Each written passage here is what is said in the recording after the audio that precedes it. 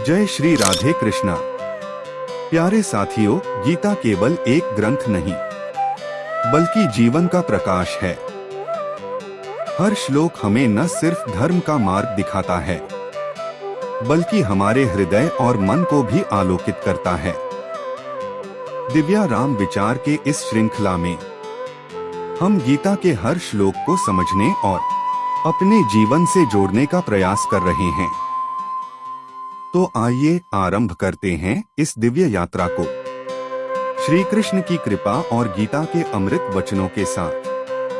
प्यारे साथियों, पिछले श्लोक में हमने सुना था कि संजय ने धृतराष्ट्र से कहा, राजन, दुर्योधन पांडवों की विशाल सेना को देखकर अपने गुरु द्रोणाचार्य के पास गया और व्याकुल होकर उनसे बातें करने लगा। उसके मन में भय और चिंता पहले ही झलकने लगी थी। अब आगे श्लोक 3 में संजय ने कहा, हे राजन, उस समय दुर्योधन ने अपने गुरु द्रोणाचार्य से कहा, आचार्य देखिए, यह पांडवों की विशाल सेना है जिसे आपके ही बुद्धिमान शिष्य धृष्टद्युम्न ने व्यवस्थित किया है। इन शब्दों में दुर्योधन की चिंता भी थी और व्यंग्य भी। चिंता इसलिए क्योंकि सेना सुव्यवस्थित और शक्तिशाली थी, और व्यंग्य इसलिए क्योंकि इसका सेनापति वही था जो द्रोणाचार्य का अपना शिष्य था। सोचिए, एक गुरु जिसने अपने शिष्य को शस्त्र विद्या सिखाई, आज वही शिष्य युद्धभूमि में उसी गुरु के विरुद्ध खड़ा है। धृष्टद्युम्न का जन्म ही द्रोणाचार्य का वध करने के लिए हुआ था। राजा द्रुपद ने एक यज्ञ किया था ताकि ऐसा पुत्र उत्पन्न हो जो द्रोणाचार्य का अंत कर सके, और उसी यज्ञ से धृष्टद्युम्न का जन्म हुआ। फिर भी द्रोणाचार्य ने उसे शस्त्र विद्या सिखाई क्योंकि गुरु का धर्म शिक्षा देना है। अब वही शिष्य पांडवों की ओर से सेनापति बनकर खड़ा था। इसीलिए दुर्योधन ने अपने गुरु से कहा, आचार्य देखिए, आपका ही शिष्य आज आपके सामने खड़ा है।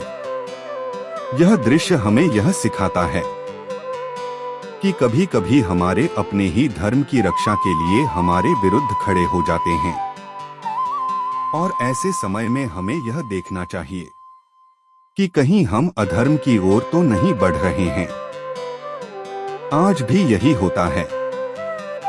जब हम गलत राह पर होते हैं तो हमारे अपने ही हमें रोकते हैं।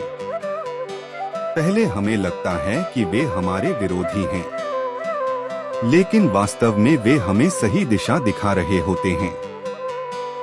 धर्म हमेशा सर्वोपरि है। रिश्ते, मित्रता, गुरु शिष्य का बंधन सब पीछे रह जाते हैं। जब बात धर्म और अधर्म की आती है, और धर्म का साथ देने वाला ही सच्चा विजयी होता है। प्यारे साथियों, दुर्योधन की चिंता यहीं खत्म नहीं होती। अगले श्लोक में वह उन महान योद्धाओं का भी वर्णन करता है जो भीम और अर्जुन जैसे पराक्रमी थे। यह रहस्य हम अगले श्लोक में जानेंगे। तब तक कमेंट में जरूर लिखें, जय श्री कृष्णा। और अगर आपको यह कथा अच्छी लगी तो दिव्या राम विचार चैनल को सब्सक्राइब करें और बेल आइकन दबाएं ताकि गीता का अगला श्लोक सबसे पहले आप तक पहुंचे।